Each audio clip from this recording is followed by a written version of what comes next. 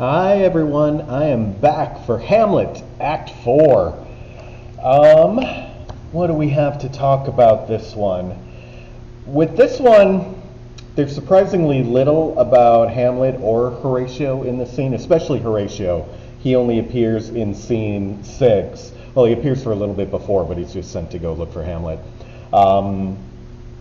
If we're going to say anything about Horatio, I'm just going to dive in.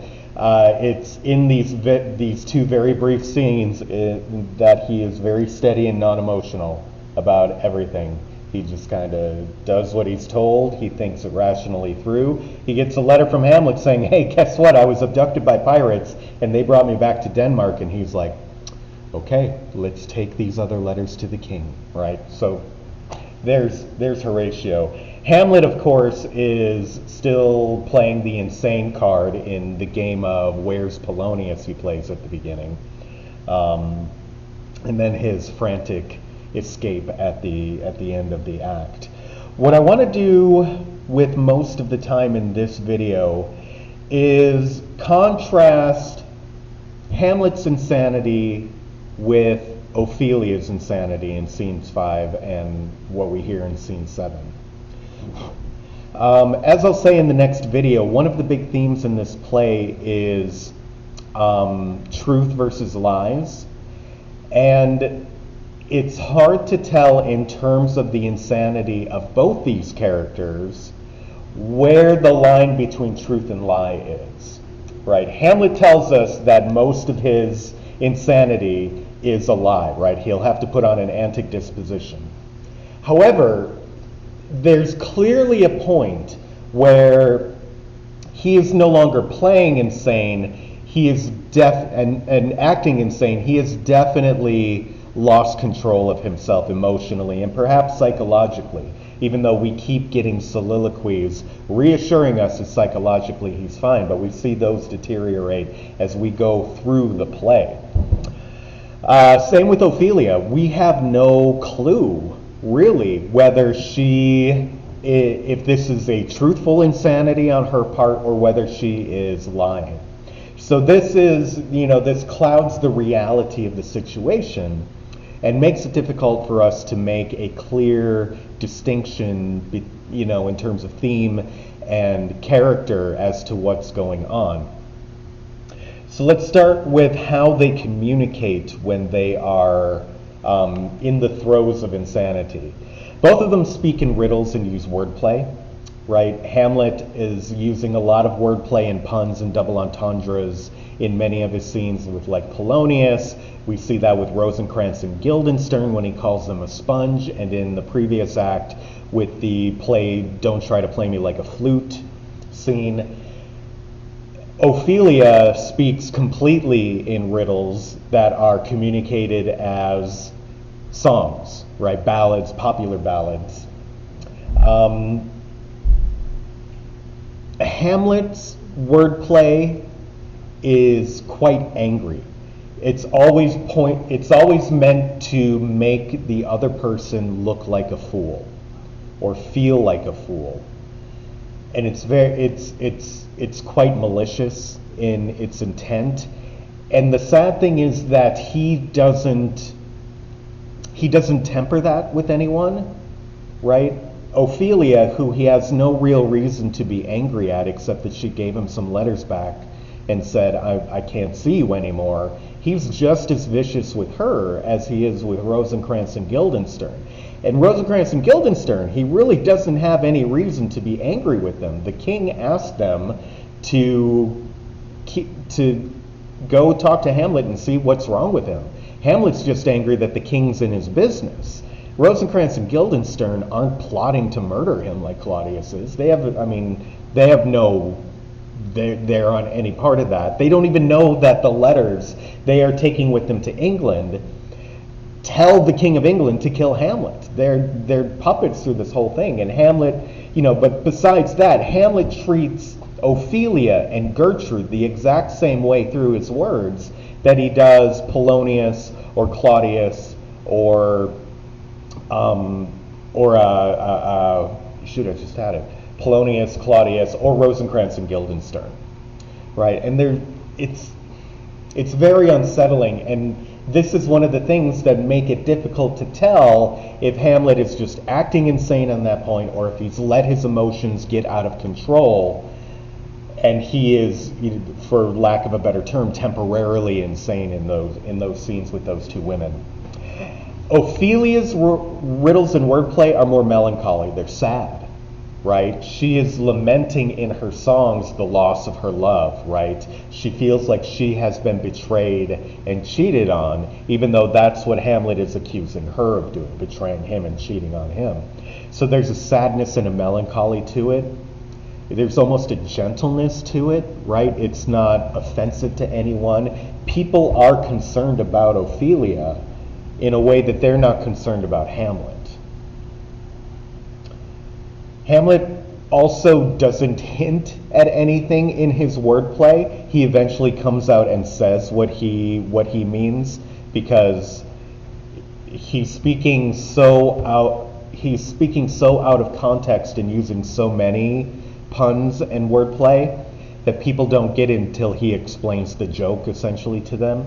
Whereas Ophelia is using a lot of hints in her body language, and the messenger, the gentleman who comes in talking to the queen at the beginning of scene 5 even says she's winking and nodding, like there's something behind this and none of us can figure out what it is. Even though truthfully, hers is more transparent. Hers is giving hints as to the nature of her sadness and maybe her insanity, than Hamlet, who is just trying to be mean and trying to make people feel bad.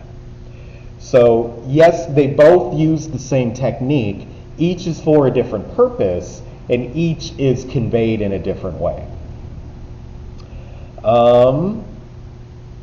With both of these characters, as I said before, it's difficult to know the line between actual madness and perceived madness. Again, even with Ophelia, is she taking a hint from Hamlet that, if I act insane, if I come in and I'm singing songs and I hand people all these flowers and things and say they mean things, when I eventually go and commit suicide, will people think that it's accidental because I'm so insane? And that's the problem with the suicide as well.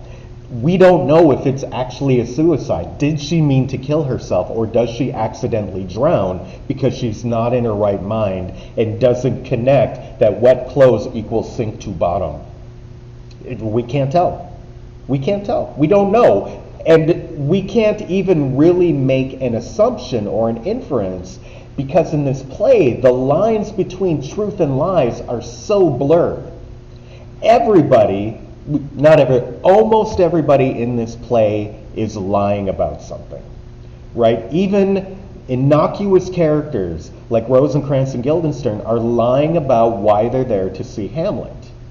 They don't say why right off the bat. When confronted with it 3 times, they lie twice until Hamlet calls them out, right? Ophelia has to lie about her feelings for Hamlet. She clearly is in love with him. Even after he is a total jerk to her in Act 3, she still has feelings for this man. So because there's such a blur between truth and lies in this play, the truth of Ophelia's condition we can't make a determination about. And that's really the most tragic part. It's not that she dies, it's that we don't know why. Is it more tragic if she commits suicide or if it's an accidental drowning? Which is the more tragic death for her? Which has the most effect on us, the reader, and the other characters in the play? We don't know, because at her funeral, when people should be mourning her, it's not really about her. It's about, as you'll see in the next video, it's about Hamlet and Laertes proving who has the bigger spatula in their pants. It's not really about Ophelia at all. That's a Making Cookies reference, by the way.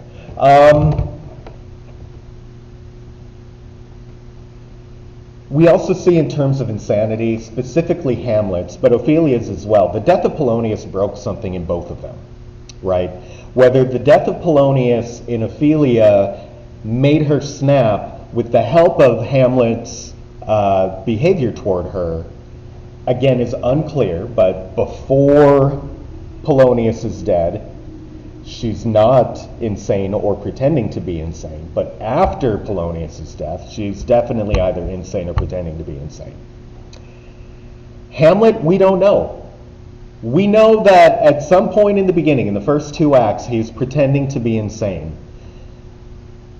But does that event, does him accidentally killing Polonius, and it's hard to say accidentally because he meant to kill whoever was behind the curtain, he just didn't know it was Polonius, but does his killing of Polonius break him as well? Is that the straw that turns him from perceived insanity to actual insanity?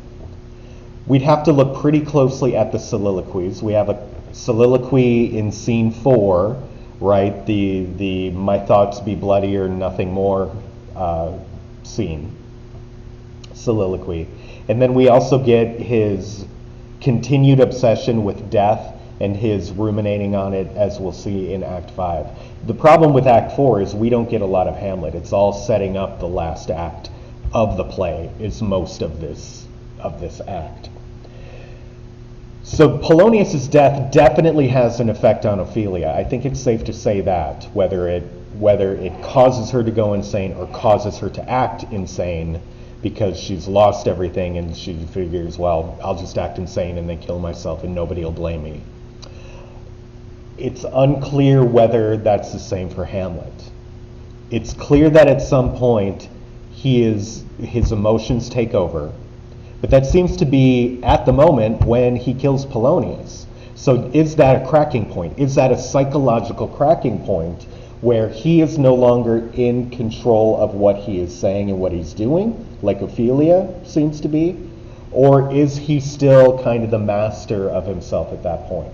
So for those of you in my class, that second writing prompt, when you're talking about the soliloquies, this is the point, right? This is, you want to pick a soliloquy close to this point. That's one of your mid-play ones as kind of the barometer of the beginning and the end. I digress. If anything is clear around the death of Polonius and afterwards, it's that Hamlet is definitely out of control. And whether he's out of control and he's doing that on purpose, or whether he's out of control because he has no control, is questionable.